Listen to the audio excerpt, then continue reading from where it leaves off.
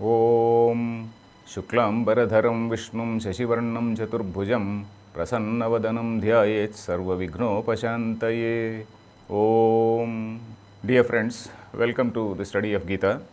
We are studying this shloka, that is Chaturvarnyam Maya Srushtam Guna Karma Vibhagashaha. So I have been explaining, because this Chaturvarnyam Maha Srushtam has become a very, very important shloka. And I also told about how what are the examples from Ramayana, Bharatam, etc. I was also telling about what was the example by our great teachers. For example, Buddha I mentioned. Buddha created the first classless society in India. Then again Shankaracharya, after Buddha came Shankaracharya. Shankaracharya also said, he established that Advaita doctrine and all that, that is okay. But after all, the Advaita doctrine also says, what does Advaita doctrine say? If you really go into that Advaita doctrine, it says that there is only one supreme reality, that supreme consciousness which is there in every being. Shunichaiva Shvapakecha. We are going to see in the Gita also. In every living being, the same Chaitanyam is there. The same Brahma Chaitanyam is enlivening all the living beings. And Shankaracharya has given so many prakarana, so many small booklets, as we call them, guided meditations, where he says that an enlightened man or a wise man, he really goes out, he really rises above all these differences, He says, I do not have any kulam, I do not, na jati, kula gotra duragam, he says. That is Brahma is something which is beyond all these things. So a realized person goes beyond all these things. That is what he said. And what about Ramanuja? I was telling about Ramanuja. Ramanujacharya's time, the Tirumantram, that is Om Namo Bhagavate Vasudevaya, was said to be very, very sacred. It is sacred, no doubt. And it was said that only it was the preserve of one community only, it should not be told to all the people. If you tell, you will get a lot of sin. Then Ramanuja, what did he do? A very famous episode where he climbed on to the rooftop of that Srirangam temple. And from that rooftop he cried out, he summoned all the people from that rooftop, he cried out, he recited that mantra, all of you recite this particular mantra. So if I go to hell, I alone will go to hell, but all of you are going to heaven. So he recited that mantra. So, and not only that, later also in that Ramanuja tradition, there are so many people who are made alvars. Alvar means all these, what we call religious leaders, as we say. Alvar is something like a Pitadipati. And whom did they select? From all categories they selected. There are some people from what we now call scheduled caste. Now we call some people as scheduled caste. And there are some alvars from the scheduled caste also in that Ramanuja tradition.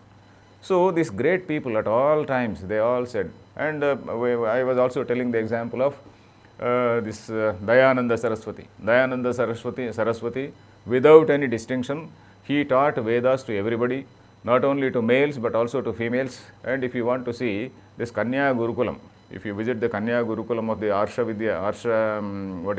Samaja tradition, you find these girls. In fact, I have seen, here only in Hyderabad I have seen, these girls are as proficient as any Veda Pandit, and because their voice is much more beautiful, much more sonorous, not beautiful but very sonorous. It is the chanting of Veda is so brilliant. So like that, the Arya Samaj people, they perform yajna. Even the girls, they also perform the yajna. They speak Sanskrit in a very, very chaste manner. So that is how this Arya Samaj has brought this Vedas to every person. So then, now we come to the most important question. I have all the while been talking about what is Varna.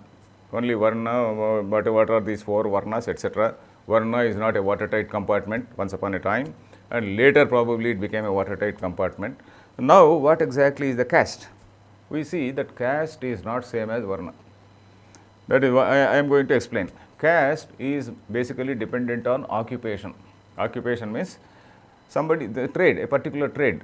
For example, in all societies at all point of time, people need, for example, clothes. I need clothes. Not only now, but even in the ancient days. Then there is a need for somebody to prepare clothes. There is a need for somebody to take out that thread and then weave, and then there is a need for a weaver, there is a need for a person who prepares the clothes. So naturally, that develops into a skill over a period of time. That develops into a skill because he has created a small instrument in order to weave. and that becomes a skill. And he wants to transfer that skill to somebody who is close to him. And that naturally becomes a small community, and that community, they develop that skill and then they improve on that skill. And I want some ancient society. Suppose I was born some thousands of years ago. I need some say iron implements. I need some iron implement, maybe a sickle or an axe or something. Then who will give me that axe? I have to go to some iron smith. So that iron smith alone has got that material to that melt, that he has got some bellows. If you are from a village, if you would have seen the bellows. In olden days, there used to be some bellows. Somebody used to just pump it. So it pumps air. It pumps air.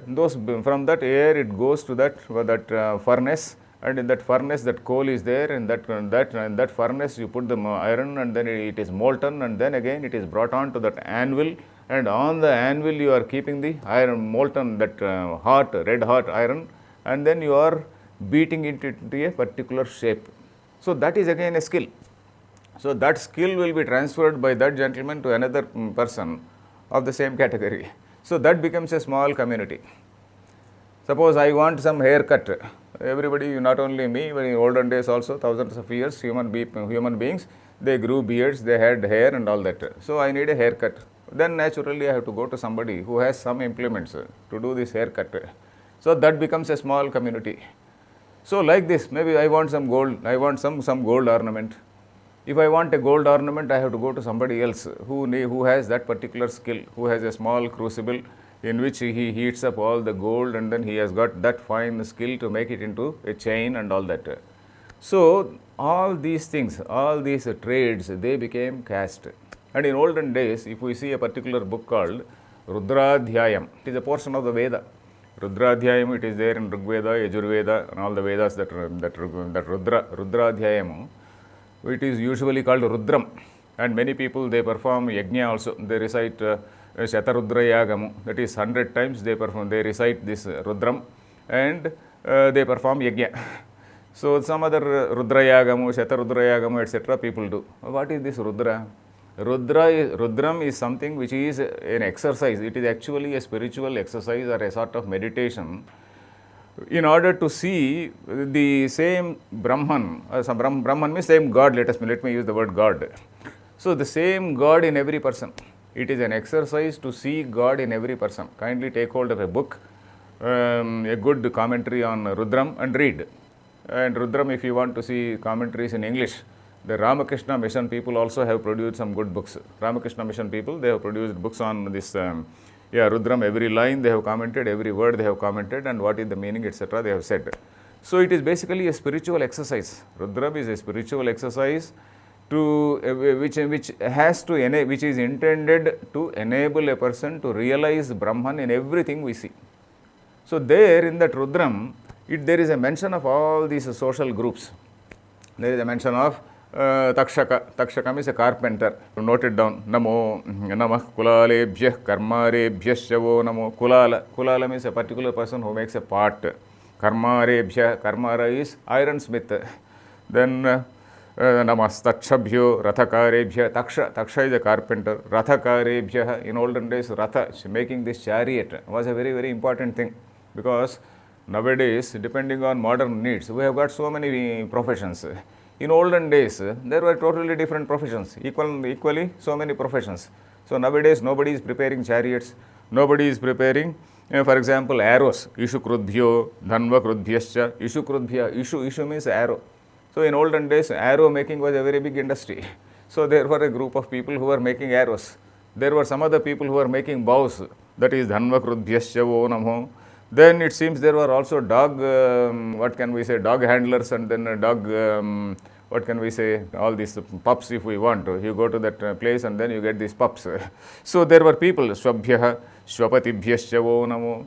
There were people who were having these dogs, and who were growing dogs. There were people who were also dog handlers. So all these things, they are all mentioned in, and Namo Mahadbhyah Shullakebhyascha vo namo. And it also says, even in a petty person, Shullaka means a very petty person, and Sthena means a thief. Even in a thief there is God, even in a dacoit there is God. So that Rudradhyaya is an exercise to enable us to see God in every living being. So that is kindly you get hold of that book and see. So why I am telling this Rudra is there is a mention of all castes at that particular time, and Rudradhyaya is from it is a part of Rigveda itself. And at the Vedic times, that means even in the Vedic times, all the society castes were very much there, and because caste is a social need. Because as I said, I want clothes, I want some implements, I want some gold, I want something else, something else. There, and every village was a sort of economically self-sufficient unit. That is another point we have to see. Nowadays, if I want something, I go to some sort of mall. I go to a mall where I get all that. But in olden days, there was no communication from village to village, from village to village. In between, there was a big forest, and they have to travel for a few kilometers. So every village, there used to be a barber, there used to be a washerman, there used to be some potter, there used to be somebody an ironsmith, there was a goldsmith, there was a weaver. So everything you wanted clothes. Okay, you go to the neighbor weaver, and then he will give you dhoti, whatever it is.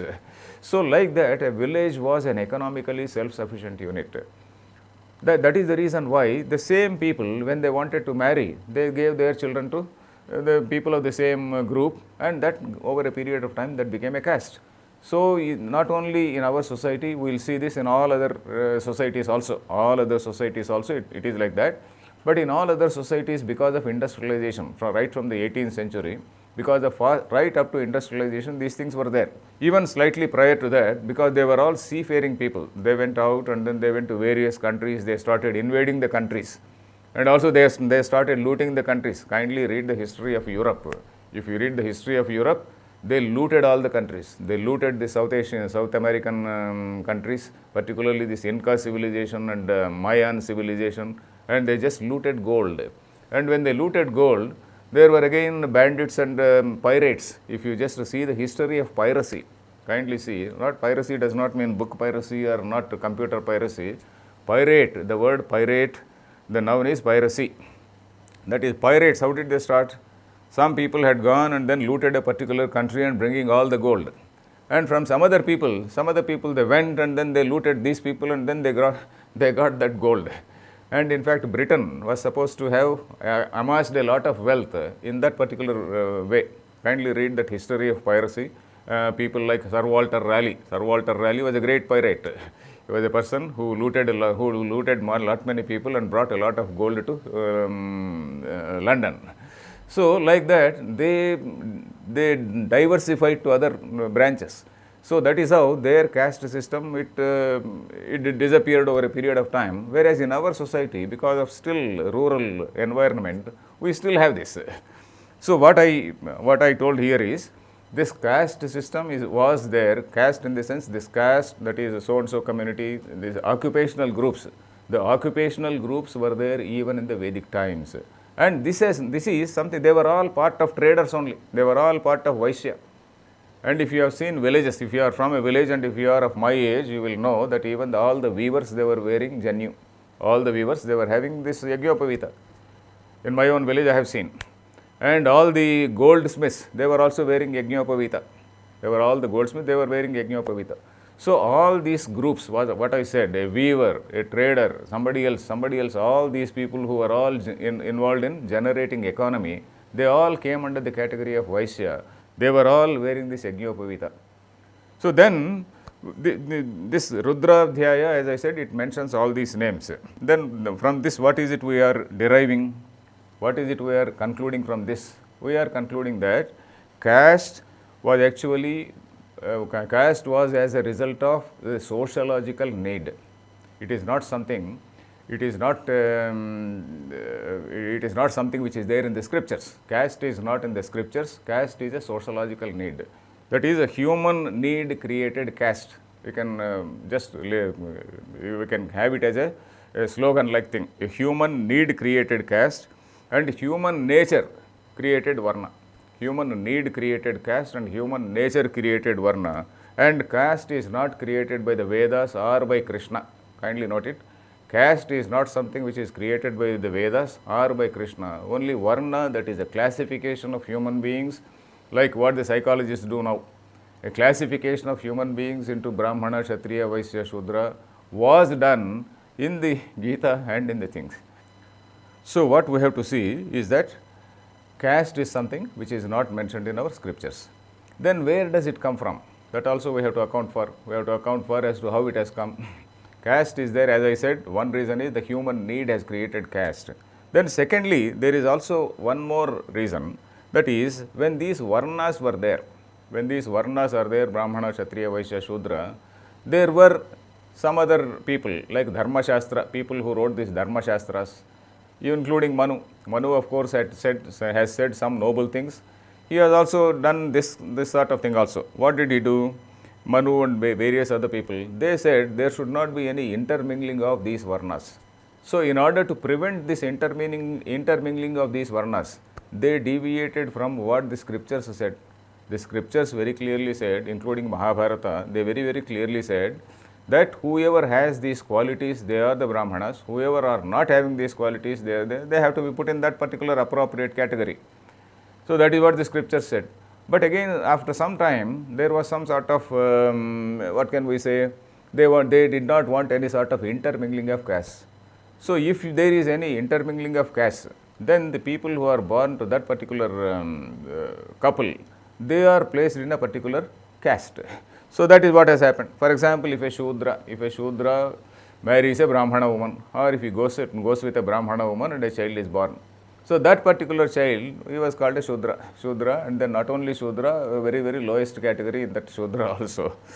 Then again, a Kshatriya marrying a Brahmana woman, or living with a Brahmana woman, whatever it is. So the child would be called a Suta. Suta means a charioteer. We know that, so there is one particular called Suta, and there is one ancient sage also by name Suta Maharshi.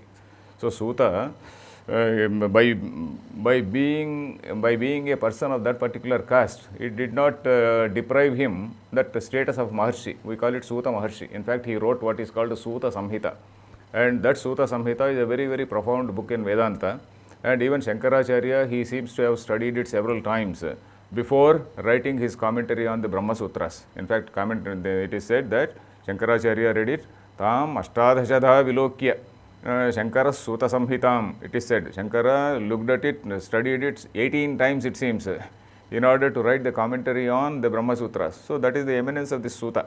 So, Suta, we are now referring to this particular caste. So, then similarly, a Vaishya marries a Brahmana woman, there is another particular caste. So, like that, this intermingling of castes, the intermingling of varnas, initially what we are talking is varna only. So, this intermingling of varnas, they put these people into those existing categories. So, this caste is something which is already there in the society. Probably these people, they seem to have added to the already existing categories. So, this is what we have to understand. This is what, at least my understanding, because caste is something which is not there, created by these things. Caste is created by the society. Then, now again, when there is a discrepancy, what to do now? What to do? What is the course of action? So, then if there is some sort of difference of opinion between what Vedas say and what the Dharma Shastras say, Dharma Shastras have to be struck down. That is an established rule. If there is some difference of opinion between what Vedas and Upanishads say and what Manu Dharma Shastra says, Manu Dharma Shastra has to be discounted. Manu might have told several good things, but this particular thing regarding this intermingling of varnas, and then this intermingling of varnas creating and putting these people into a particular caste, etc., this is something which is not in accordance with the Vedas. So, that has to be, it cannot be accepted. There is a general rule. A general rule is whenever there is a difference of opinion between what is called Shruti and Smruti. Shruti means Vedas and Upanishads, they are the Shruti. Smruti means the secondary texts. There are what are called the primary texts and what are called the secondary texts. When there is some sort of difference of opinion, the primary text prevails and the secondary text, it fails. It need not be accepted. So, that is the rule. We will see tomorrow. Harihi Om Tat Sat.